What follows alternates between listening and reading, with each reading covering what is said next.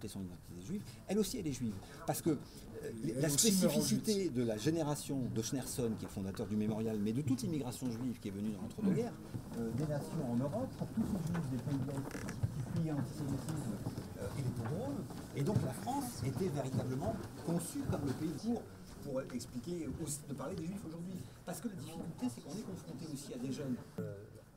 Que Hitler est arrivé légalement par des élections au pouvoir, le coup d'État de Munich est déjà loin et ça n'a pas fonctionné. Il préfère à ce moment-là la légalité et après ça bascule.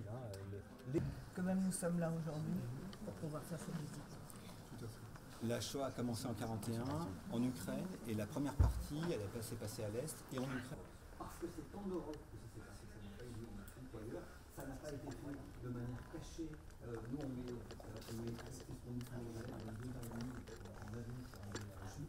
les femmes qui sont à droite, qui vont rentrer avec les enfants dans une chambre à gaz, ils prennent des photos de l'intérieur d'une baraque, on voit l'intérieur de la baraque, et puis après c'est... Tellement convaincu que lorsque la France aura recouvré ses libertés, assure ainsi le libre jeu de ses institutions démocratiques traditionnelles, tous les citoyens français, quelle que soit la religion à laquelle ils appartiennent, vont jouir d'une juste égalité.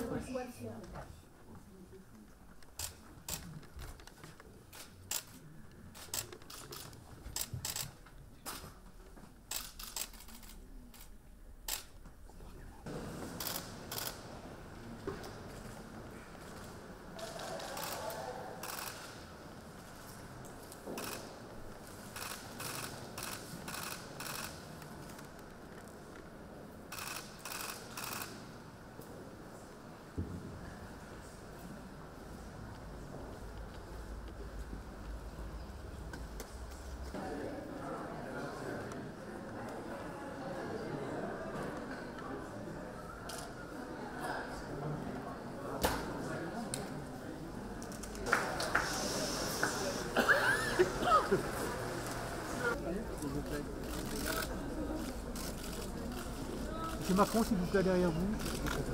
Mais voudrait-elle, parce qu'elle a dans son parti et ses membres fondateurs des gens qui le nient, voudrait-elle qu'on ne célèbre plus, qu'on n'exerce plus le devoir de mémoire, que dans ce jour qui a été décidé justement et porté par le souvenir français, voudrait-elle qu'on ne fasse plus notre devoir?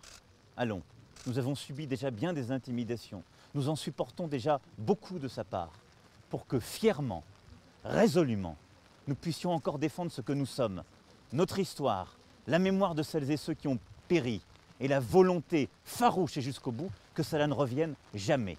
Madame Le Pen et les siens peuvent bien se plaindre, je ne leur céderai rien.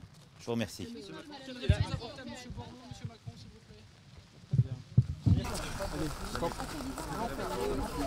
plaît.